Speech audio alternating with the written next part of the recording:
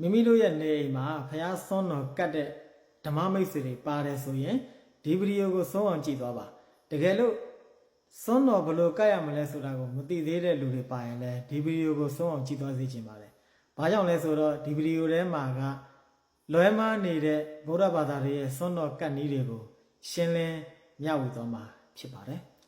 ဦးဇင်းတို့အားလုံး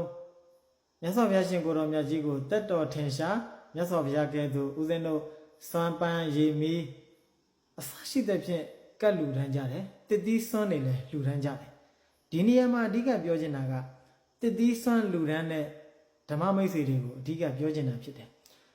အဓိကဦးဇင်းတို့ဘာဖြစ်နေသလဲဆိုတော့တစ်သီးစွမ်းလူထမ်းတဲ့အခါမှာတစ်သီးစွမ်းတော်ကတ်တဲ့အခါမျိုးတွေမှာ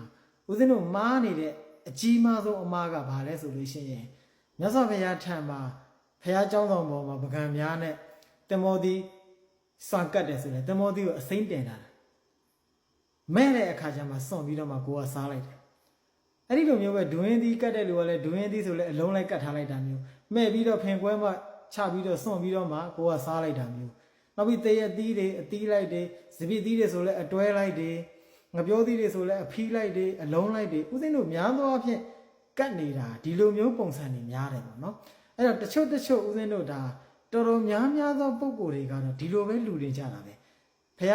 စင်မှာဖះเจ้าဆောင်မှာမြတ်စွာဘုရားကိုဒီအသီးကိုအုပ်ခိုင်းထားတယ်နဲ့အတူတူပဲ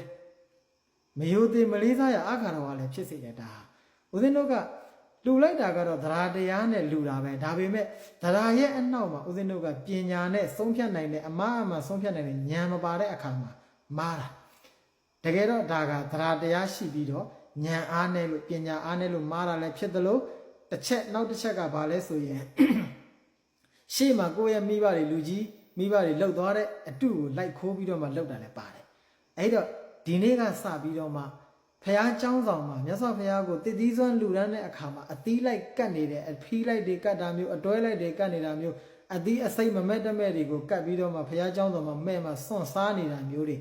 လုံးမိနေတယ်ဆိုရင်အခုချိန်ကစပြီးတော့မှရပ်တန်းလိုက်ပါဘာကြောင့်လဲဆိုလုံးဝမလုပ်သင့်ပါဘူးဒါကြောင့်တည်တည်စွမ်းလူချင်းဘယ်လိုလူရမလဲဖယသီးစွမ်းလူချင်းတယ်ဆိုရင်ဖယသီးကိုခွဲပြီးတဲ့အခါမှသာလေကိုစားသလိုပဲအစိတ်ကလေးတွေစိတ်ပြီးတော့မှတခိုက်စာလေးတွေလူတန်းမှာဇီပသီးဆိုရင်လည်းအလုံးလေးတွေခြွေပြီးတော့မှအခွန်လေးတွေနှွာပြီးတော့မှဖြစ်လူတန်းပေးပါငပြောသီးဆိုရင်လည်းအခွန်လေးကိုနှွာပြီးတော့မှအတုံးလေးတွေလီးပြီးတော့မှ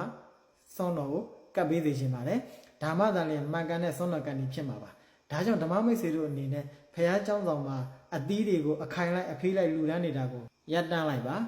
ဒါကြောင့်မိမိတို့ကသရာတရားနဲ့လူတယ်သရာတရားကောင်းတယ်ဆိုတာရဲ့အနောက်မှာအမှားအမှန်ကိုဆုံးဖြတ်နိုင်တဲ့ဉာဏ်လည်းပါရမယ်အမှားအမှန်ကိုခွဲခြား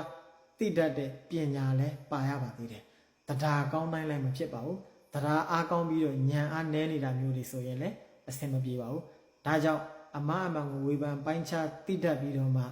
တရားတရားလည်းကောင်းဉာဏ်အားလည်းကောင်းပြီးတော့မှခန္ဓာပေါ်ဉာဏ်ရောက်အောင်ကျင့်ကြံကြိုးကိုပွားများအထောက်နိုင်ကြတဲ့ပါရမီရှင်သူတော်ကောင်းများဖြစ်နိုင်ကြပါစေ။